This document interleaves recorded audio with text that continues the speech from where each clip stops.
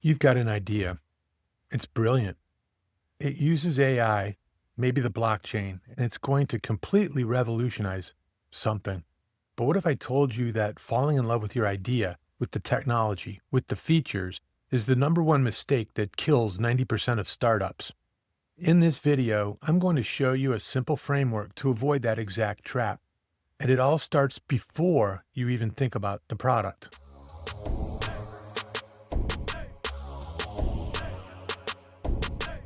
This. This is what most entrepreneurs do. You get obsessed with building a cool machine, a new app, a new platform, a new feature set. You focus on the how. Meanwhile, your customer just wants to get a job done. They have an outcome they're trying to achieve, and they'll always choose the simplest way to get there. We call this the solution in search of a problem trap. And today, we're going to make sure you don't fall into it.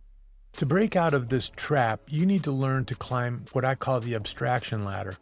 You have to force yourself to stop thinking about your product and start thinking about the outcome your customer actually wants.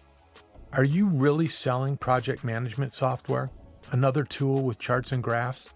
Or are you selling the feeling of a project that runs itself with perfect clarity and no stress?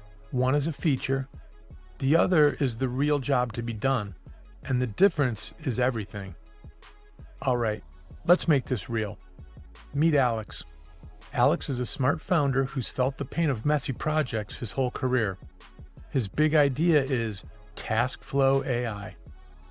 It's a super advanced platform that will use AI to scan all of a company's data and automatically generate the perfect project plan.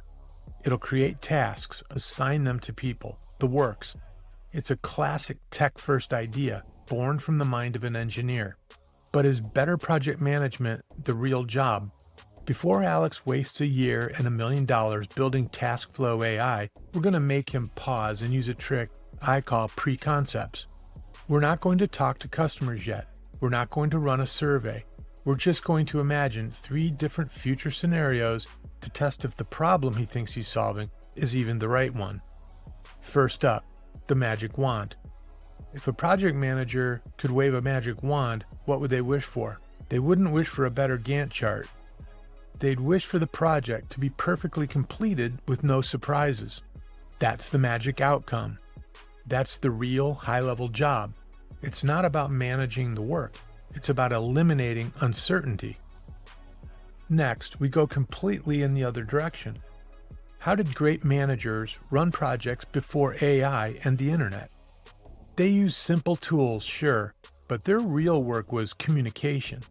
They had daily check-ins, they asked questions, they made sure everybody was clear and unblocked. The fundamental job here isn't about data processing, it's about creating clarity and trust through human interaction. And finally, we look at the system level. What if the best solution isn't a new tool at all? What if Alex could just help the company change its process? What if, by adopting a simple 15-minute daily stand-up meeting, they could eliminate the need for 90% of the status reports and charts that TaskFlow AI was designed to create? Sometimes the best innovation isn't a product, it's a better way of working. Looking at these 3 pre-concepts, Alex has a revelation.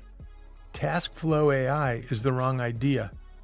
The job isn't manage a project, the real job is eliminate daily uncertainty. So he pivots. The new idea?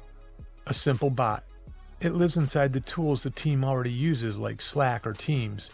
Every morning it asks each person 2 simple questions. What's your main priority today? And is anything blocking you? That's it.